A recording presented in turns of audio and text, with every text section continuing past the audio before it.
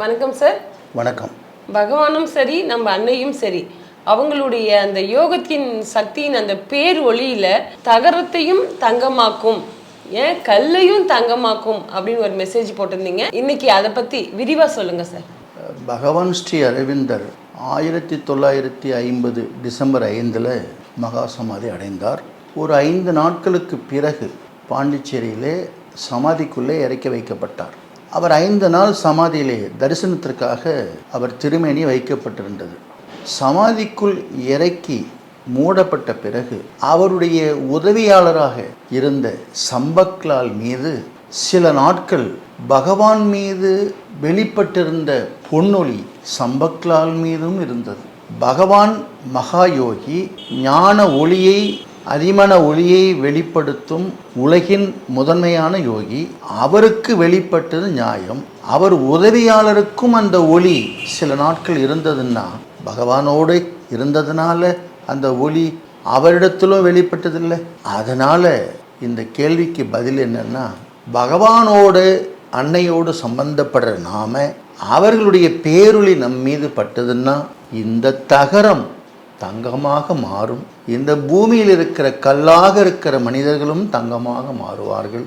கல்லை எப்படி தங்கமாக்குறது, தகரத்தை எப்படி தங்கமாக்குறது அப்படிங்கிற அந்த ஆராய்ச்சிக்கு போயிடாம நாம தங்கமாகறதுக்கு அன்னையனுடைய பகவானுடைய அந்த யோக சக்திக்கு பவர் இருக்குங்கிறது தான் இந்த கேள்விக்கு பதில். நமக்குள்ள ஆன்மா இருக்கு, அதோட சக்தியை நாம முதல்ல உணர்ந்து நம்ம இறை அன்னையோடைய அவங்களுடைய ஆன்ம சுடரொளியோட நாம் இணைக்கணும். அப்படி இணைச்சோம்னா நம்ம ஆன்மா பிரகாசமாகும்.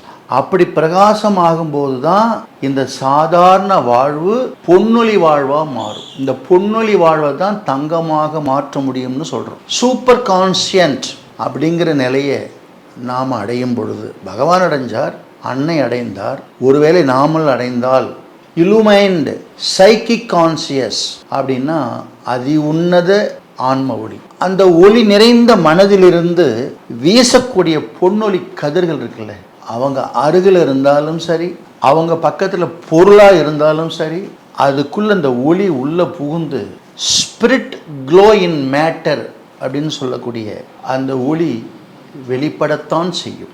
எல்லாத்தையுமே பொன்னொழி ஆக்கிடும். அங்கே ஒரு டேபிள் இருந்தால் அதில் பொன்னொழி வீசும். அங்கே நீங்கள் இருந்தால் உங்கள்கிட்ட அந்த பொன்னொழி வெளிப்படும். பகவானோட அன்னையோட இருந்தவர்களுக்கு மட்டும் இல்லை, அவரோட யோகத்தை மதிப்பவர்கள், பேசுபவர்கள், அதை பின்பற்றுபவர்கள், அன்னையே கதி என்று சரணடைந்தவர்கள், இவர்கள் எல்லாம் பொன்னொழிக்கு தங்கமயமான அந்த உடலை பெறுவதற்கு தகுதியானவர்கள்ங்கிறது தான் இதுக்கு பதில். அந்த ஒளி நமக்குள்ள பாயும்போது அந்த ரசவாதம்ங்கிற அந்த சக்தி நம்முடைய பகவானுக்கும் அன்னைக்கும் ஆன்மாவும் சரி, மனசும் சரி, உடம்பும் சரி எப்படி செயல்பட்டதுன்னா, நம்மோட அணுக்கள் ஒன்னொன்னுலையும் போய் அந்த ஒளி செயல்பட்டு ரசவாதம் செஞ்சிடும். அப்படின்னா தங்கமாக மாற்றிடும். தங்கமாக மாற்றிடும்னா தங்கத்தை பொன்னொழியோட மேட்ச் பண்ணலாம். அந்த பொன்னொழியை நம்ம வாழ்க்கையிலையும் வெளிப்படுத்தணும்னா பகவானும் அன்னையும் மேற்கொண்டது போல நாம் வாழ்ந்து காட்ட முடியும். சாவித்திரியில் 55வது பக்கத்தில் சீக்ரெட் நாலேஜ்னு ஒரு பகுதி இருக்குது. அதில் பகவான் என்ன சொல்கிறார், in matter shall be lit the spirit's glow அப்படிங்கிறார். அது என்ன அர்த்தம்னா, பொருட்களின் உள்ளிருந்து ஆன்ம சக்தி வெளிப்பட்டு பிரகாசிக்கும். இப்போது நம்ம வீட்டில் ஒரு பொருள் இருக்குன்னா அதை நல்லா கழுவி க்ளீன் பண்ணி பளிச்சுன்னு வச்சா ஏற்கனவே மங்களாந்த பொருள்லேருந்து ஒரு ஒளி, ஒரு பளிச்சுன்னு அட்ராக்ஷன் வருது இல்லையா, அது மாதிரி அது உள்ளேருந்து வருங்கிறார். நம்ம வெளியே க்ளீன் பண்ணி அதுலேருந்து ஒரு அழகு வருது இல்லையா, ஆனால் பொருள்கள் உள்ளிருந்து அந்த சக்தி வெளிப்படுங்கிறார். அடுத்து in body and body kindled the sacred birth அப்படிங்கிறார். அப்படின்னா ஒரு உடம்பு மற்றொரு உடம்பை தூண்டி பிறப்பினுடைய புனிதத்தை வெளிப்படுத்துங்கிறார். ஒரு குரு இருக்காருன்னா அவரோட போய் சிஷ்யர் ஒட்டிக்கிறாரு. அப்போ அந்த குருவுடைய சக்தி என்ன பண்ணணும்னா, அந்த சிஷ்யன் எதற்காக வந்திருக்கான், என்ன நோக்கத்துக்காக வந்திருக்கான், அவனுக்கு என்ன வேலை இருக்குங்கிறத அவனுடைய ஆன்மாவை வெளிப்படுத்தி அவன் நோக்கத்தை புரிய வச்சிருவார். அதான் அவர் எப்படி சொல்றார், ஒரு உடம்பு மற்றொரு உடம்பை தூண்டி இந்த பிறப்பின் ரகசியத்தை வெளிப்படுத்தும். இப்ப பகவானோட அன்னையோட தொடர்பு உள்ளவங்களுக்கு என்ன லக்குன்னா, எதற்காக வந்தோம், என்ன வேலை இருக்கிறது, எதை செய்து கொண்டிருக்கிறோங்கிற தெளிவு கிடைக்கும். இதுதான் சீக்ரெட் நாலேஜ். இந்த பிறப்பினுடைய புனிதம்னு சொல்றேன்ல, அது என்ன புனிதம்? இறைவன் நம்ம ஆன்மாவில் அவன் கலந்திருக்கான்ல, அதான் புனிதம். எது நிஜம்? நம்ம ஆன்மா தான் நிஜம். இந்த உடம்பு ஆன்மாவின் நிழல், இந்த மனசு ஆன்மாவின் நிழல். நாம நிழலை பிடிச்சிட்டு இருக்கோம், நிஜமான ஆன்மாவை பிடிக்கணும். அடுத்து சொல்றார், night shall awake to the anthem of the stars அப்படிங்கிறார். ஆந்தம் நேஷனல் ஆந்தம்னு நம்ம பாட்டு பாடுவோம் ஸ்கூல்ல.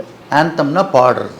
இரவு விழித்து கொண்டு நட்சத்திரங்கள் எல்லாம் தெய்வீகத்தை பாடுகிறதுன்னு சொல்றார். இப்போ நைட் ஆயிடுச்சு, இருட்டாயிடுச்சு, கும்மிருட்டுன்னு சொல்லுவோம். பகவான் சொல்றார், இரவு விழித்து கொண்டது, விழித்து கொண்டதான். அந்த நட்சத்திரங்கள்லாம் பாடுதான், நேஷனல் ஆந்தம் மாதிரி பாடுதுங்கிறார். இந்த துன்பங்கள் எல்லாம் விலகி டிவைன் எஸ்டஸிங்கிற ஒரு தெய்வீகம் பிறப்பதை நம்ம உணர முடியுங்கிறார். ராத்திரி ஆயிடுச்சுன்னா நம்ம வேற மாதிரி தான் பார்க்குறோம், ஆனால் அது விழித்து கொண்ட நேரம்ங்கிறார். The days become a happy pilgrim march அப்படிங்கிறார். நம்ம வாழ்வில் ஒவ்வொரு நாளும் சரி, ஏதோ புனித யாத்திரைக்கு போகிற மாதிரியே ஒரு சுகம் இருக்கும். புனித யாத்திரைக்கு என்னைக்கோ போனால் ஒரு சுகம் கிடைக்கிறது இல்லை, அதை தினமும் அந்த புனித யாத்திரைக்கு போனால் என்ன சுகம் கிடைக்குமோ அதெல்லாம் தினந்தோறும் கிடைக்கும். பகவானோடு அன்னையோடு இருந்தவர்கள் வாழ்விலே அது அனுபவித்திருக்கிறார்கள். அந்த தினசரி புனித யாத்திரை போன்ற மகிழ்ச்சி என் வாழ்க்கையிலும் நான் பார்க்கிறேன். அடுத்து சொல்றார், அவர் will a force of the eternals power அப்படிங்கிறார். அப்படின்னா நம் ஜீவியத்தினுடைய இந்த ஆன்ம சக்தி என்னைக்குமே மாறாத இறை சக்தியோடவே விளங்கும், மாறாது. எப்பவுமே அந்த இறை சக்தியோடவே இருக்கும். அன்னையின் கருணையினாலே நாம தேடி போறத நம்மளை தேடி வர வச்சுடுவாங்க. தேடி போக வேண்டாம், தானே தேடி வரும். அந்த வித்தையும் கலையும் அந்த ஆசீர்வாதமும் யாருக்கு கிடைத்தது? அன்னையோடு இருந்தவர்களுக்கு, பகவானோடு இருந்தவர்களுக்கு என்று நினைத்து விடாதீர்கள். அவர்களுடைய அந்த யோகத்தோடு தொடர்பு வைத்திருக்கிற நமக்கும் தேடி வரும். தேடி போக வேண்டியதில்லைங்கிறத சீக்ரெட் நாலேஜில் பகவான் நமக்கு சொல்கிறார், புரிஞ்சுக்கணும். And thought the race of a spiritual sun அப்படிங்கிறார். அப்படின்னா நம் எண்ணங்கள் எல்லாம் ஆன்மீக சூரியனாக ஒளி வீசுங்கிறார். என்ன அழகான வார்த்தை, என்ன அழகான ஒரு திங்கிங், என்ன அழகான ஒரு ஐடியா, அற்புதமான ஒரு யோசனை. ஆன்ம ஒளி வீசும். ஏனோதானோ நம்ம பேசிட்டு இருக்கோம் இல்லை, அப்படி இருக்காது. சீக்ரெட் நாலேஜில் நமக்கு என்ன சொல்றார், பகவான் அன்னையின் அனுகிரகம் இருக்கும் பொழுது அவர்களுடைய எண்ணங்களில் ஆன்மீக ஒளி வீசுங்கிறார். எப்பேற்பட்ட வாழ்வு நமக்கு தரார்கள். அடுத்து சொல்றார், a few shall see what நான் எட் அண்டர்ஸ்டாண்ட்ஸ் அப்படிங்கிறார். அப்படின்னா ஒரு சிலர் மட்டும்தான் இதை தெரிஞ்சிருக்காங்க, நிறைய பேர் இதை புரிஞ்சிக்கவும் இல்லை, உணரவும் இல்லைங்கிறது தான் உண்மை. அடுத்த மாதம் 24ஆம் தேதி பகவான் சித்தி பெற்ற தினம். நாமும் சித்தி பெறணும்னு தான் பகவான் விரும்புகிறார், அன்னையும் விரும்புகிறார். அதற்கு ஒரு முயற்சி எடுக்கணும்ல. அடுத்த மாதம் நவம்பர் 24 ஆரம்பித்து 2026 நவம்பர் 24க்குள்ளே 52 வாரங்கள் இருக்குது. ஒவ்வொரு ஞாயிற்றுக்கிழமையும் சாயந்தரம் 6 to 7 ஒரு மணி நேரம் 52 மணி நேரம் ஒதுக்கினோம்னா பகவானுக்கு கிடைச்ச யோக சித்தி நமக்கும் கிடைக்கும் பாக்கியத்தை நம்முடைய மேற்கு மாம்பலத்தில் இருக்கிற அரவிந்தர் அன்னை அருள் மையம் பொறுப்பேற்று நடத்த இருக்கு. பெயர் கொடுத்து சேர்ந்து இந்த பிறவி பயனை அடைவதற்கு நாம் வாங்கன்னு கூப்பிடுறோம். அந்த சந்தோஷம். அடுத்த வாரம் சாவித்திரியில் நம்ம அன்னைக்கு பிடிச்ச ஒரு 3 வரி, அப்போ மற்றதெல்லாம் இந்த 3 வரி ரொம்ப பிடிக்கும். அதை பற்றி விரிவாக நம்ம அடுத்த வாரம் பார்க்கலாம். அன்னையும் பகவானையும் ஏற்றுக்கொண்ட எங்க எல்லாருக்குமே அவங்க இருவரும் சேர்ந்து எங்களுடைய ஆன்ம ஒளி வெளிப்படுறதுக்கு அந்த பொன்னொளி எங்க மேல வீசுற வரைக்கும் அவங்க விட மாட்டாங்கன்னு தெரியுதுங்க சார். இதுதான் நிஜம். நான் நீங்க சொன்னதுலேருந்து எடுத்துக்கினேன். ரொம்ப நன்றிங்க சார். சார் அடுத்ததான் இந்த வார பேரமூர் பற்றி சொல்லுங்க சார். சஞ்சன சாருகருக்கும் பகவான் கண்ணனுக்கும் இடையில் நடந்த பேராமூர். அதீதமான பக்தி கொண்டவர். கொலை செய்கிற தொழில் இருக்கு இல்லையா, அந்த குலத்தில் பிறந்தவர் தான் இந்த சஞ்சனர். வீடு பண்டரிபுரத்துக்கு அருகாமையில், பாண்டுரங்கருடைய கோயில் அருகாமையில் தான் வீடு. இந்த நரபலி கொடுக்கக்கூடிய அந்த தொழில் அவங்களோட குலமாக இருந்தாலும் அதெல்லாம் விட்டுட்டு ஆடு மாடு இவர் வெட்டுறதுக்கு பதிலாக வெட்டி கொடுக்குற கறியை கொண்டு வந்து விற்கிற வேலையை செஞ்சார். கசாப்பு கடைன்னு சொல்லுவோம் இல்லையா, இவர் ஆடு மாடை வெட்ட மாட்டார், ஆனால் இவங்களோட குலத்தொழில் அது. ஆனால் வாங்கி வந்து விற்பார். அந்த தொழிலை செஞ்சு வந்தார் சஞ்சனகர். 90% வருமானத்தில் தான தர்மங்களை செய்வார். கிருஷ்ண பக்தர்களுக்கு, பாண்டரங்க பக்தர்களுக்கு இந்த ததி ஆராதனைலாம் பண்ணுவார். ஒரு 10% தான் வீட்டுக்கு யூஸ் பண்ணிப்பார். குடும்பத்துக்கேற்ற மனைவியோடு வாழ்ந்து வந்தார். அவர் இந்த கசாப்பு கடையில் எடை இருக்கும் இல்லையா, கறி வைக்கிற எடை, இன்னொரு பக்கம் கல் வைப்பாங்க இல்லையா, அந்த எத்தனை கிலோங்கிற கல் வைப்பாங்க இல்லையா, இவர் என்ன கல்லை பயன்படுத்தினாருன்னா சாலக்கிராமம் கல்லை பயன்படுத்துகிறார். கண்ணபிரானுடைய அம்சம் அது. கண்ணனாகவே பாவிக்கிற அந்த சாலக்கிராமம் கல்லை வச்சு தான் இவர் கறிக்கடையில் எடை போடுவார். இது ரொம்ப நாளாக இது நடந்துட்டுருக்கு. அந்த கல்லுக்குரிய மகிமை, அதுக்கு என்ன பூஜை, என்ன சம்பிரதாய சடங்கெல்லாம் பண்ணணுமோ அது எதுவுமே தெரியாது. ஆனால் கண்ணனை குலதெய்வமாக நினச்சிக்கிட்டு வணங்கி அந்த தொழிலை ஆரம்பிப்பார். அந்த கல், சாலக்கிராம கல்லெல்லாம் நல்ல பத்திரமாக எடுத்து தொடச்சி அந்த தொழிலை சுத்தமாக செஞ்சார். அந்த ஊரில் ஒரு பெரியவர் வந்து சஞ்சனர்கிட்ட, கல்லுக்கு பதிலாக நீ கண்ணபிரானையே யூஸ் பண்ணுறியே, நீ அவரை அவமதிச்சிட்ட, நீ அவரை சிறுமைப்படுத்திட்ட, அவச்சாரம் அவச்சாரம்னு சத்தம் போடுறாரு. இந்த கசாப் கடைக்காருக்கு அப்போ தான் புரியுது, ஓ சாலக்கிராம கல்லுக்கு அவ்வளோ வேல்யூ இருக்கா, அது கண்ணனுடைய அம்சமா, இது தெரியாமல் போச்சேன்னு அவர் ரொம்ப ஃபீல் பண்ணிட்டார். உடனே அதை தொடச்சி சுத்தம் பண்ணி பெரியவிட்ட கொடுத்து, இதை நீங்கள் டெய்லி முறைப்படி பூஜை பண்ணி வீட்டிலே வச்சுக்கோங்கன்னு கொடுத்துட்டார். அவரும் எடுத்தும் போய் வீட்டில் அதை எப்படி பண்ணணுமோ அந்த பூஜையெல்லாம் அவர் செஞ்சுன்னு இருந்தார். இவருக்கு ரொம்ப வருத்தம், நாம் எந்த கண்ணனை வேண்டினோ அந்த கண்ணையே நம்ம இப்படி அவமானப்படுத்திட்டோமே அப்படின்னு வருத்தத்தோடு இருக்க, வியாபாரமும் கொஞ்சம் கொஞ்சமாக குறைஞ்சி ரொம்ப டவுன் ஆகிடுச்சு. அப்படி ஒரு வருத்தம் அதெல்லாம் இருந்தால் கூட வெளியே காமிச்சிக்காம அந்த கண்ணன் மீதான பக்தியை அவர் குறைக்கலை. பெரியவருடைய கனவுல கண்ணன் போகிறார். எதுக்கு என்னை கொண்டாந்து இங்கே அடைச்சி வச்சுருக்கோம் உன் வீட்டில் அப்படின்னு கண்ணன் கேட்குறார். நான் சஞ்சனகருடைய கசாப்பு கடையில் அவனையும் ரசிச்சுக்கிட்டு, கறி வாங்க வர்றவங்களையும் ரசிச்சுக்கிட்டு நான் ரொம்ப சந்தோஷமாக இருந்தேன். அவன் வேறு என்னை பாடுவான் அப்பப்போ, நான் அதையும் ரசிப்பேன். இப்போ வேறு சோகமாக வேறு இருக்கான், என்னை கொண்டாந்து அடைச்சி வச்சுருக்கேன். அவன் எப்பயுமே தானம் தர்மம் பண்ணுறவன், வருமானம் குறைஞ்சதுனால அதையும் நிறுத்திட்டான். எவ்வளோ கஷ்டம் வந்து கூட அவன் காமிச்சிக்காம என்னை அவன் ஆழ் மனசில் பதிய வச்சுக்கிட்டு எப்போ பார்த்தாலும் தியானம் பண்ணிக்கின்னு என்னை வேற கட்டி பிடிச்சிக்கிட்டு அவனோட ஆன்மாவை கொண்டாந்து என் பாதத்தில் வச்சு அப்படியே அவன் விழுந்து கும்பிடும்போது என் கண்ணில் தண்ணி வருது. அப்படிப்பட்ட ஒரு பக்தங்கிட்ட இருந்து இதை வாங்கிட்டு வந்து உன் வீட்டில் வச்சுக்கிட்டேன். காலையில் விடிஞ்ச உடனே என்ன பண்ணுற, வேலையாக சாலக்கிராம கல்லை கொண்டு போய் சஞ்சனர்கிட்ட கொடுத்துரு அப்படின்னு கண்ணன் சொல்ல, அப்படியே செஞ்சிடுறேன்னு அந்த பெரியவர் எடுத்துன்னு போய் கசாப்பு கடைக்கார்கிட்ட கொடுக்குறாரு. அதை ஒரு பயபக்தியோட அந்த எடை போடுற இடத்துல வச்சுக்கிறார். எப்போதும் போல் வியாபாரம் திரும்ப சூடு பிடிக்குது. சஞ்சனர் காலப்போக்கில் நல்ல பக்குவம் வந்து ஒரு ஸ்டேஜ் ஆன பிறகு பூரி ஜெகநாதரை போய் தரிசிக்கலான்னு புறப்படுறார். அப்படி போகும்போது ஒரு சத்திரத்தை தங்குறார். சாப்பிட்டு படுத்து தூங்குறாங்க. அந்த சத்திரத்தை நடத்துகிறாங்க இல்லையா, அவரோட ஒய்ஃபு இந்த சஞ்சனன் மேலே ஒரு காதல் வந்துடுத்து. அவளோ விலை மாது வேற. அவர் தூங்கிட்டு இருக்கும்போது எழுப்புறா. எதுக்கு எழுப்புறான்னு அவர் தெரிஞ்ச உடனே, அம்மாடி வேண்டாம், ரொம்ப தப்பு, உங்கள் புருஷனோட சந்தோஷமாக இருக்கிறது தான் கரெக்ட், இந்த தப்பை தயவு செஞ்சு பண்ணாத அப்படின்னு ரிக்வஸ்ட் பண்ணுறாரு. அந்த விலை மாது இருக்காங்கல்ல, ரொம்ப அடமண்டான ஆள். அவள் என்ன பண்ண தெரியுமா, நடு ராத்திரி ஒரு நல்ல வீச்சு அருவா எடுத்துக்கிட்டு போய் அவங்க வீட்டுக்கான போட்டு தள்ளிட்டான். தலையை கையில் எடுத்துக்கின்னு அருவாலோட சஞ்சனர்கிட்ட வந்து நிற்கிறது அந்த அம்மா. உங்களுக்கு எனக்கு இடைஞ்சலாக இருந்த எங்கள் வீட்டுக்காரே போட்டு தள்ளியாச்சு, இனிமேல் எந்த பிரச்சனையும் இல்லை, நாம் 2 பேரும் அப்படின்னு அந்த அம்மா சொல்கிறது. வலுக்கட்டாயப்படுத்துது. சஞ்சனகர் மறுக்க அந்த அம்மா கோபம் அடைஞ்சு குய்யோமியோன்னு கத்துது. இது கத்தனை கத்தில் எல்லாம் முடிச்சுட்டாங்க. அது என்ன சொல்கிறதுன்னா, அவங்க வீட்டுக்கார் தலையோட அந்த அருவாலை வச்சுக்கிட்டு இவர் என் மேலே ஆசை கொண்டு என் புருஷன் தலையும் வெட்டிட்டாரு, என்ன ஆசைப்பட்டு வெட்டிட்ட அந்த கத்தியை கூட பாருங்கன்னு சத்தம் போடுது அந்த பொம்பளை. அங்கே இருந்த எல்லாம் சத்தத்தில் இருந்தவங்க எல்லாரும் வந்து சஞ்சனகரை காரி துப்புறாங்க. ஒரு பக்தி வேஷம் போட்டுக்கிட்டு இது மாதிரி பண்ணலாமா, நியாயமாகுது, காலையில் அரசாங்கத்துக்கு உங்களை ஒப்படைக்கிறோம் அப்படின்னு இழுத்துட்டு போகிறாங்க. அரசன் என்ன பண்ணுறான், கட்டி போடியா, மரத்தில் கட்டி போட்டு அடித்து 2 கையை உடச்சி வெட்டுங்கடா அப்படின்னு ஆர்டர் போடுறான் மண்ணை.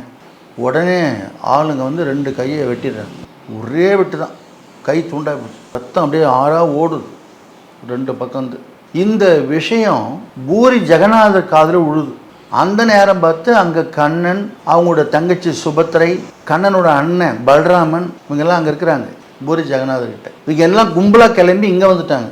அரசன் வெட்டினாரே சஞ்சனர் அந்த இடத்துக்கு வந்துட்டாங்க. இவங்கெல்லாம் இங்கே வந்ததை பார்த்து அரசன் ஆடி போய் அங்கே இருந்தவங்கெல்லாம் கூடி, ஐயோ இது என்னது, இவங்கெல்லாம் தெய்வங்கள்லாம் வந்து இப்படி கும்பலாக நிற்கிறாங்களே, என்ன விஷயம் ஏதுன்னு அப்படியே அதிர்ச்சி ஆகிடுறாங்க. அந்த 2 கையை எடுத்து கண்ணன் அப்படியே அணைச்சிக்கிறார். கீழே விழுந்து வெட்டி கிடக்கிற கையை எடுத்து கண்ணை அணைச்சிக்கிறார். அந்த நேரம் அப்படியே சஞ்சனர் கை 2 அப்படியே வளருது. அவர் கை வளர்ந்து கரெக்டாக அந்த பொசிஷன் வந்துடுது. கண்ணனை பார்க்குறார் சஞ்சனர். கண்ணன் சஞ்சனரை பார்த்து சொல்கிறார். என்ன சொல்கிறாருன்னா, சாருகானா அந்த கொலை செய்கிற தொழில் சார்ந்தவன். சாருகா, போன பிறவியில் நீ தூய குலத்தில் பிறந்தவன், சிறந்த பக்தன். கங்கை கரையில் நீ ஒரு ஆழ்ந்த தியானத்தில் உட்கார்ந்துருந்த. ஒரு கசாப் கடைக்காரங்கிட்ட இருந்து ஒரு பசு தப்பிச்சு ஓடுது, ஓன் வழியாக ஓடுது. ஓடும்போது உன்கிட்ட சரணடைஞ்சு பாதுகாப்பாயிலான்னு பார்த்தது. நீ ஆழ்ந்த தியானத்தில் இருந்ததுனால அந்த பசு என்ன பண்ணுறதுன்னு தெரியாமல் காட்டுக்குள்ளே போய் பதுங்கிடுச்சு. கசாப்பு கடைக்காரன் வந்தானா, நீ தியானத்தில் இருந்தியா, அவன் தியானத்தை டிஸ்டர்ப் பண்ணி இந்த வழியாக ஒரு பசு வந்தது எங்கே போச்சுன்னு கேட்குறான். நீ தியானத்தில் பேச முடியல, நீ 2 கை நீட்டி இப்படி கை காமிச்சு விட்டேன். அவன் இந்த பசு இப்படி தான் போயிருக்குன்னு நேராக போய் பசுவை பிடிச்சிட்டு வந்து வெட்டி அவன் கசாப்பு வேலை பிரகாரம் அதை விற்றான். விற்று ஒரே மகிழ்ந்தான் அன்னைக்கு ஃபுல்லாக. அப்போ அந்த பசு இந்த பக்கம் போனது யார் காமிச்சது? நீ தானே காமிச்ச. அந்த பசு தான் இப்போ விலை மாதுவாக வந்திருக்கு. பசுவை வெட்டினால கசாப்காரன், அவன் தான் இந்த விலை மாதுக்கு புருஷனாக இப்போ வந்திருக்கான். பசு போன திசையை நீ காமிச்சல்ல இந்த கையால், அதனால தான் உன் 2 கையும் வெட்டப்பட்டது. ஏன்னு புரியுதா? நீயும் கசாப்பு கடைக்காரன் போல இப்போது 2 கை இல்லாமல் இருக்கிற. கசாப்பு கடைக்காரனுக்கு நீ உதவி பண்ணதுனால இந்த ஜென்மத்தில் நீ இப்போ கசாப்பு கடைக்காரனாக இருக்க. தியானம் பண்ண அந்த புண்ணியம் இருக்குல்ல, என் மேலே நீ பேரன்பு கொண்டல்ல, உன் கர்மா அதனால் கரைஞ்சி என்னோட தரிசனமும் உனக்கு இப்போ கிடைச்சிது. எல்லாரும் இந்த கண்ணனும் பலராமரும் பூரி ஜெகநாதரும் இவர்களெல்லாம் வந்து சஞ்சனர் முன்னாடி நின்னதுனால சஞ்சனருடைய காலில் விழுந்து சாஷ்டாங்கமாக எல்லாரும் அவரை ஆசி வேண்டும்னு விழுந்து வணங்கினாங்க. இந்த தெய்வங்களால் பெற்ற புண்ணியத்தை பெற்றுக்கொண்டு மோட்சத்தை அடைந்தார் சஞ்சனகர். சஞ்சனகருடைய பேரன்பு போன ஜன்மத்தின் கர்மத்தை கரைத்தது. இப்பிறவில் காட்டிய பேரன்பு புண்ணியத்தை தேடித்தந்தது. நம் கர்மமும் கரைய இருக்கிற ஒரு வாய்ப்பு பெரும்பேற்கண்டிகையில் உள்ள சாவித்திரி தான். சாவித்திரி என்ற ஒரு மகாசக்தி இருப்பதாலே அவளை பணிவோம், சாப விமோசனம் பெறுவோம். எல்லா காலத்திலும் நம்முடைய பேரன்பு நம் பகவான் மீதும், நம் அன்னை மீதும், நம் சாவித்திரி மீதும், நாம் விரும்பும் தெய்வங்கள் மீதெல்லாம் இருக்கும்படியாக பார்த்து கொண்டால் நம் கர்மங்கள் எல்லாம் கரையும் என்பதற்குத்தான் இந்த பேராமும் நமக்கு சொல்லுது. போன ஜென்மத்தில் செஞ்ச புண்ணியமே எங்கள் அன்னையும் பகவானும் எங்கள் சாவித்திரி கிட்ட நாங்கள் சரணடைஞ்சது தாங்க சார். இதுவே எங்களுக்கு சாட்சியாக இருக்குது. ரொம்ப நன்றிங்க சார். சார், அடுத்ததாக அந்த தினமும் சொல்லக்கூடிய அந்த சாவித்திரியின் வரியில் ஒரு வார்த்தை, அதை பற்றி சொல்லுங்கள் சார். சூப்பர் கான்சியன்ட் அப்படிங்கிற வார்த்தையை பகவான் பயன்படுத்துகிறார். அப்படின்னா அதி உணர்வு ஒளி. அதி உணர்வு ஒளின்னா சுப்ராமெண்டல் கான்சியஸ்னஸ்ங்கிற அதி உன்னதங்கிற இந்த பிரபஞ்சத்தினுடைய உச்சபட்ச உயரத்தில் இருக்கக்கூடிய அந்த உன்னதமான அந்த ஒளி நாம் சொல்ல சொல்ல நமக்குள் அந்த ஒளி பிரகாசமாக வெளிப்படும். அப்படிங்கிறதுனால இந்த வார்த்தையை சொல்லுகிறவர்களுக்கு அந்த உணர்வின் ஒளி, அந்த அதி உணர்வு ஒளி நமக்குள்ளே வெளிப்படுங்கிறதுக்கு சூப்பர் கான்சியன்ட்டுங்கிற வார்த்தையை நாம் ஒரு நாள் முழுக்க சொல்லலாம். இன்னொரு நாள் லூசன்ட் லியூமினஸ், இதமான நிலவின் ஒளி. நிலவின் ஒளி, இதமான நிலவின் ஒளி அப்படிங்கிற அர்த்தம் உள்ளதே சொல்லலாங்கிறார். இதை சொல்லிட்டு அன்னைக்கு சமர்ப்பணம்னு சொல்லிடணும். இந்த வரியை, இந்த வார்த்தையை அன்னையே உனக்கு சமர்ப்பணம். அடுத்த நாள் பேரடாக்ஸ் ஆஃப் லைஃப், தடுமாற்றமான மாறுபடக்கூடிய வாழ்வு. பேரடாக்ஸ் ஆஃப் லைஃபை அன்னையே உங்கள்கிட்ட சரண்டர் பண்ணுறேன், என் தடுமாற்றமான வாழ்வு உங்கள்கிட்ட சரண்டர் பண்ணுறேன் அன்னையே அப்படின்னு சொல்லிகிட்டே போகணும். அன்னை சைன்லெஸ் மிஸ்டரிஸ், புரியாத புதிர். நம்ம வாழ்க்கை புரியாத புதிர் தானே. அன்னையே என் வாழ்வின் புரியாத புதிரை உன்கிட்ட சரண்டர் பண்ணுறேன்னு சொல்லணும். அடுத்த நாள் சப்ளிமினல் சோல் ரேடியன்ஸ், அப்படின்னா நம்முள்ளே மறைந்திருக்கும் ஆன்ம ஒளி. நமக்குள்ளே இருக்கிற அந்த ஆன்ம ஒளியை சொல்ல சொல்ல அந்த உள்ளே இருக்கிற ஒளி சந்தோஷப்படும். அது நம்ம லைஃபுக்கு என்னென்ன உதவிகள் பண்ணலான்னு அது ஆர்வப்படும். அதனால் சப்ளிமினல் சோல் ரேடியன்ஸ்னு ஒரு நாள் பொருளாக சொல்லலாம். அடுத்த நாள் நிசைன்ட் கோர்ஸ் அப்படின்னா அறியாத வாழ்வு, இக்னோரண்ட் லைஃப்னு சொல்கிறோம் இல்லையா. இதை நான் அன்னையே உனக்கு சமர்ப்பணம் பண்ணுறேன், அறியாமல் இருக்கிற இந்த வாழ்வை உங்கள்கிட்ட சமர்ப்பணம் பண்ணுறேன் அப்படி சொன்னால் என்ன ஆகும்? நமக்கு தெளிவான வாழ்வை அன்னை தருவார். அடுத்தது சர்மிஸ் அப்படின்னு ஒரு வார்த்தை. சர்மிஸ்னால் கற்பனை செய். என்ன கற்பனை செய்? நாம் நமக்குள்ளே செய்கிற அந்த கற்பனைகளை எல்லாம் அன்னை இடத்துல கொடுத்து விடுவது. இப்படி ஒவ்வொரு வார்த்தையும் ஒவ்வொரு நாளும் சொல்லிக்கொண்டே வந்தால் இது மனப்பாடமாகி நம்முடைய ஆன்மாவிலே சேர்ந்துடும். மீதம் ஒரு 7 வார்த்தைகளை அடுத்த வாரம் பார்க்கலாம். கடந்த வாரம் போலவே இந்த வாரமும் 7 நாளுக்கு தேவையான 7 வார்த்தைகளை சொல்லி அதுக்குண்டான அந்த தமிழாக்கமும் எங்களுக்கு சொல்லி புரிய வச்சு, இன்னைக்கு கூடுதலா நீங்க எதை சொன்னாலும் சரி ஒரு வார்த்தையை அன்னையே இது உங்களுக்கு சமர்ப்பணம் அப்படின்னு நீங்க சொல்லிட்டீங்கன்னா அன்னை அதை மனப்பூர்வமா ஏத்துட்டு நீங்க வாழ்க்கையில நடக்கக்கூடிய அதிசயத்தை நீங்க பார்ப்பீங்க அப்படின்னு. ஏன்னா ஒரு நாள் ஃபுல்லா நாங்க சிந்திக்கிற எண்ணமோ நாங்க பேசுற பேச்சோ செயலோ கரெக்டா செஞ்சோம்னா எங்களுக்கு வாழ்க்கையில துன்பன்றதே இல்லாம காணாம போயிடும் சார். அதுக்கே இந்த வார்த்தை மிகப்பெரிய ஒரு எங்களுக்கு துணையா நிற்கும் சார். ஏன்னா இதை தினசரி நாங்கள் சொல்லிட்டே இருக்கும்போது எங்க எண்ணம் சிதறாது. அதனால நாங்க வேற எந்த வழியிலையும் போகிறதுக்கு எங்களுக்கு வழியும் இல்லை. அதனால இந்த மாதிரி ஒரு அரிய தகவல் எல்லாம் எங்களுக்கு சொல்லி எங்க வாழ்க்கையை மாற்ற வந்த எங்க அன்னைக்கு கோடான கோடி நன்றிங்க சார். சார் அதே போல கடந்த வாரம் நம்ம சத்யவான் சாவித்திரியுடைய நாடகத்தை பார்க்கறதுக்கு நிறைய அன்பர்கள் உங்களுடைய அழைப்பை ஏற்று வந்தாங்க. அதில் நானும் கலந்துக்கிறேன் சார். அதை பற்றி சொல்லணுன்னா வார்த்தையே இல்லை. ஆனால் அது நான் சொல்கிறத விட இன்னைக்கு அதை பற்றி நீங்கள் சொல்ல அதெல்லாம் நாங்கள் கேட்கணும்னு ஆசையாக இருக்குது. அதை பற்றி சொல்லுங்கள் சார். எல்லா ரவீந்திர அன்னை பக்தர்களுக்கு நான் தலைவணங்கி என்னுடைய நன்றியை சொல்கிறேன். ஏண்டா ஒரு அழைப்பு, இந்த அடியனுடைய அழைப்பை ஏற்றுக்கொண்டு அத்தனை பேரும் வந்திருந்தார்கள். அரங்கம் முழுவதும் நிரம்பியது. சமீப காலமாக பரதநாட்டியம்லாம் நிறைய மகாலில் பாதி நிரம்புறதே கஷ்டம். ஆனால் 830 சீட்டு உள்ள அந்த அரங்கம் நிரம்பியது. ஏதோ சத்யவானுடைய ஃபேமிலி, ஏதோ சாவித்திரியோட ஃபேமிலி, 2 குடும்பத்தார் உட்காந்து பார்த்த மாதிரி ஒரு குடும்ப நிகழ்ச்சி மாதிரி இருந்தது. அதில் வருண பகவானுடைய ஒத்துழைப்பு இருந்தது. அடிக்கடி மழைத்தூரல் இருந்த காலத்தில் அன்றைக்கு மழையில்லாமல் அன்பர்கள் அந்த நிகழ்ச்சியை பார்க்க உதவினார்.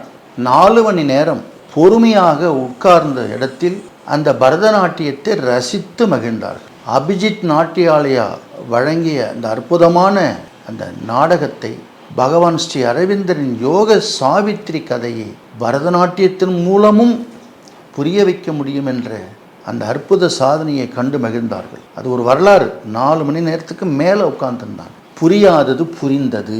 சாவித்திரி புரியலேங்கிறது போய் எல்லாருக்கும் புரிஞ்சுதுங்கிற ஒரு சந்தோஷம் செவிக்கு உணவாக இருந்தது, பார்வைக்கும் உணவாக இருந்தது, பசிக்கும் உணவாக இருந்தது. இதயத்திற்குள் சாவித்திரி உணர்வும் சேர்ந்தது. தமிழிசையின் தேனிசை பேச்சும் அருமையாக இருந்தது. மீண்டும் ஒரு முறை நடத்தினால் எங்களை கூப்பிடுங்கள் என்று பல அன்பர்கள் கேட்டுக்கொண்டார்கள். மீண்டும் மீண்டும் பார்க்க துடிக்கும் அளவிற்கு அதில் கரைந்து போனார்கள். சாவித்திரி மகிமையை புரிந்து கொண்டார்கள். அது பாக்கியமாக கருதினார்கள். எல்லோரையும் வீட்டுக்கு வரவழைத்து நவராத்திரிக்கு ஜாக்கெட் விட்டு கொடுக்கக்கூடிய சடங்கு சம்பிரதாயத்தை விட முடியாமல், இருளில் இருந்து கொண்டு ஒளிக்கு வர முடியாமல் தவித்த பல பேரை நான் நினைத்து வருத்தப்பட்டேன். 400-500 ஆண்டுகளுக்கு முன்பு ஜாக்கெட் போடாத காலம். அன்று அந்த ஜாக்கெட் பிட் கொடுத்தது கரெக்ட். இன்றைக்கு எல்லோரும் சுடிதார் போடக்கூடிய காலத்திலே ஜாக்கெட்டு பிட்டுக்கு பதிலாக சுடிதார் கொடுக்கும். ஜாக்கெட்டு பிட்டையே திரும்ப திரும்ப கொடுத்து கொண்டு அந்த சம்பிரதாயத்தில் உழந்து கொண்டே இருந்தால் அரவிந்தரை பெற்றதும் பலனில்லை, அன்னையை பெற்றதும் பலனில்லை, சாவித்திரியை பெற்றதும் பலனில்லை, எந்த தெய்வத்தோடு பலனும் நமக்கு இல்லை. ஏனென்றால் சடங்கை கைவிட வேண்டும், சம்பிரதாயங்களை கைவிட வேண்டும். இன்றைக்கு நாம் தெரிந்து கொண்டிருக்கிற அந்த ஆன்மீக தத்துவங்களை வாழ்ந்து பார்க்கணும். அந்த வாழ்ந்து பார்க்கறதுக்கு தான் அன்னை கூப்பிடுகிறார். நாம் வாழ்ந்து பார்க்காம வெறும் சம்பிரதாயத்தை பிடித்து கொண்டிருந்தால் எந்த தெய்வங்களும் நமக்கு உதவாதுங்கிறத அன்னையோட கருத்தாக எல்லாருக்கும் தெரிஞ்சது. அதனால் இந்த பரதநாட்டிய நிகழ்ச்சிக்கு வந்திருந்து பெருமை சேர்த்து அத்தனை அன்னை பக்தர்களுக்கு நான் இன்னொரு முறை நன்றி சொல்லி என்னுடைய நெஞ்சார்ந்த மகிழ்ச்சியை தெரிவிச்சுக்கிறேன். ஆமாங்க சார், நீங்கள் சொன்ன மாதிரி எல்லாருமே ரசித்ததை நானும் பார்த்தேன் சார். ரொம்ப பொறுமையாக அந்த 4 மணி நேரம் நாங்களும் அதில் அப்படியே கரைஞ்சு போனோம். இதுக்கு உண்மையிலே நாங்கள் எல்லாருமே அந்த அபிஜித் நாட்டிய குழுவிற்கு மிகப்பெரிய ஒரு நன்றியை நாங்கள் சொல்ல கடமைப்பட்டுருக்குறோம் சார். உங்களோட சேர்ந்து மீண்டும் ஒரு முறை எங்களுக்கு இந்த வாய்ப்பு கிடைக்குமா பார்க்கறதுக்கு அப்படின்னு கேட்குற அளவுக்கு அந்த நாட்டியம் பெருமை சேர்த்து உள்ளதுங்க சார். இது அன்னையினுடைய சித்தத்தின் மூலியமாகவே நடக்கட்டும். ரொம்ப நன்றிங்க சார். சார், அடுத்ததாக இந்த வாரம் ஆசிரம தகவலை பற்றி சொல்லுங்கள் சார். நம்முடைய மதர் ஆசிரமத்தோட ப்ளே கிரவுண்டில் சில விளையாட்டு போட்டிகள் நடத்திட்டுருக்காங்க. அப்போ அவங்களுக்கு ஒரு இன்ட்யூஷன் தோணுது. உடனே பகவான் ரூமுக்கு வேக வேகமாக ஓடி வர்றாங்க. வந்ததும் ஆரம்பத்தில் அன்னைக்கு பகவான் ஒரு மாலை கொடுத்துருந்தார் கழுத்தில் போட்டுக்கிட்டு. அந்த மாலையை இப்போ கழட்டி பகவானுடைய பாதத்தில் வச்சுட்டாங்க. ஏன் கழட்டினாங்க, ஏன் வைக்கிறாங்கன்னு யாருக்கும் புரியல. எல்லா சாதகரையும் பார்த்து மதர் சொல்கிறாங்க, பகவானோட ஆன்மா இருக்கு இல்லையா, இந்த பௌதிக உடலை விட்டுட்டு பூரண ஞான ஒளியார்ந்த உலகத்துக்கு செல்லுது. இந்த உடலிலிருந்து அவரோட ஆன்மா விடைபெற போகிறது அப்படின்னு டிக்ளேர் பண்ணுறாங்க. எல்லாரும் அப்படியே திடுக்கிட்டு பகவானை பார்க்குறாங்க. உட்காந்துருக்காரு. இந்த பக்கம் அன்னையை பார்க்குறாங்க. இப்படி திடுதுப்புன்னு ஒரு குண்டு போட்ட மாதிரி ஆகிப்போச்சு. பகவான் ரொம்ப மெல்லிய குரலில் நீருத்பரன்னு அவருடைய விசுவாசமான சாதகத்தை சொல்கிறார், கொஞ்சம் தண்ணி கொடுன்னு சொல்கிறார். இதுவரை பகவான் வாழ்க்கையில் எதையும் கேட்டு பெற்றதில்லை. தானாக குறிப்பறிந்து அன்னை செய்து கொண்டே இருந்தார். முதல் தடவையாக தண்ணி கொடு என்று கேட்டார். நீருத்பரனுக்கு பெரிய வாய்ப்பு, பாக்கியம். எடுத்துகிட்டு ஓடி வந்து கொடுக்குறார். கொஞ்சம் குடித்தார். குடிச்சிட்டு அப்படியே கட்டளையில் சாய்ந்தார். சாய்ந்து 1-2 வினாடியில் கண்ணை மூடிக்கொண்டார். அன்னை சொன்னது போல ஸ்டில்னஸ் இன்கம்யூனிகபிள்னு ஒரு நிலை, மனம் கடந்த மௌனம்னு சொல்லுவாங்க, விவரிக்க இயலாத ஒரு நிலை, ஸ்டில் சிட்டிங். அவர் அப்படி உட்கார்ந்துருக்கக்கூடிய கம்பீரமான ஒரு தோற்றம். சாய்ந்து கண்ணை மூடிக்கொண்டது. அன்னை தன்னோட ஆன்மாவிலிருந்து பகவானை பார்க்குறாங்க. அங்கே அமல்கிரன், அவர் ஒரு சாதகர், அவர் சொல்கிறார், ஃபெய்ரி காட் மதர் அப்படின்னு ஒரு வரியை சொல்கிறார். தேவதை போல் நிற்கும் எங்கள் கடவுளின் தாயே, அன்னையே அப்படின்னு கண் கலங்கி சொல்கிறார். அதற்கு அன்னை சொன்ன பதில், பகவானுடைய யோக சித்தியையும் அவர் பெற்ற ஆன்ம அனுபூதியையும் இந்த ஆன்மீக உலகத்திலும் இந்த லோகத்திலும் சம்பாதித்த அத்தனை சொத்துக்களையும் செல்வத்தையும் என்னிடம் கொடுத்து விட்டுத்தான் சென்றிருக்கிறார். அமல்கிரனே, கவலைப்படாதே. அழகிய தேவதை போல் நிற்கும் இந்த இறை அன்னை உங்களை எல்லோரையும் காப்பாற்றுவேன். மேலிருந்து பகவான் என்னை வழிநடத்துவார். எப்பொழுதும் போல் நீங்கள் உங்கள் கடமையில் கருத்தாக இருங்கள். பகவான் சமாதி நிலை அடைந்தாலும் அவர் நம்மை விட்டு ஒருபோதும் எங்கும் போகவில்லை. அவர் நம்மோடு தான் இருப்பார், எப்போதும் நம்மோடு தான் இருப்பார் என்று பகவான் சமாதி ஆவதற்கு முன் அன்னை குறிப்பறிந்து மாலையை கழற்றி வைத்து அவர் விடைபெறப் போகிறார் என்ற உண்மையை இந்த உலகத்துக்கு அறிவிக்கும் இறை அன்னையை யாராவது அவரோடு ஒப்பிட முடியுமா? அப்படிப்பட்ட யோக சாதனையிலே வெற்றியடைந்த இறையன்னை பகவானை வழியனுப்பி வைத்து அதற்கு பிறகு இந்த யுகத்திலே தன் யோக பணிக்கு பகவான் உதவி கொண்டு நம்மை எல்லோரும் இன்று வரை காப்பாற்றி கொண்டிருக்கிறார். இப்படிப்பட்ட அன்னைக்கு நாம் பக்தனாக இருப்பது எவ்வளவு பெருமை. இந்த வாரம் ஆசிரம தகவலில் கண் கலங்கி மெய் செலுத்த போகிற மாதிரி ஒரு சுச்சுவேஷன் தாங்க சார் எங்கள் எல்லாருக்குமே கிடைச்சது. ஏன்னா இந்த மண்ணுலகத்திலேருந்து பகவானுடைய உடல் சமாதி நிலைக்கு போனாலும் மேலே இருந்து அன்னையின் வழியாக நமக்கு எல்லாருக்குமே பகவானும் அன்னையும் எங்களுடைய பிறவி பையனை கடக்கிறதுக்காக எங்களுக்கு வாழ்க்கையில் உறுதுணையே இருக்கிறாங்க அப்படின்னு நினைக்கும் போது உண்மையிலே நாங்கள்லாம் எவ்வளோ பாக்கியம் செஞ்சவங்க. நம்ம பகவானும் நம்ம அன்னையும் இருக்கிற வரைக்கும் எங்கள் வாழ்க்கையில் எந்த விதமான ஒரு சஞ்சலமும் விடாமல் எங்களை பார்த்துக்குவாங்கன்ற நம்பிக்கை மட்டும் எங்களுக்கு மனப்பூர்வமாக இருக்குங்க சார். ரொம்ப நன்றிங்க சார். நன்றி, வணக்கம்.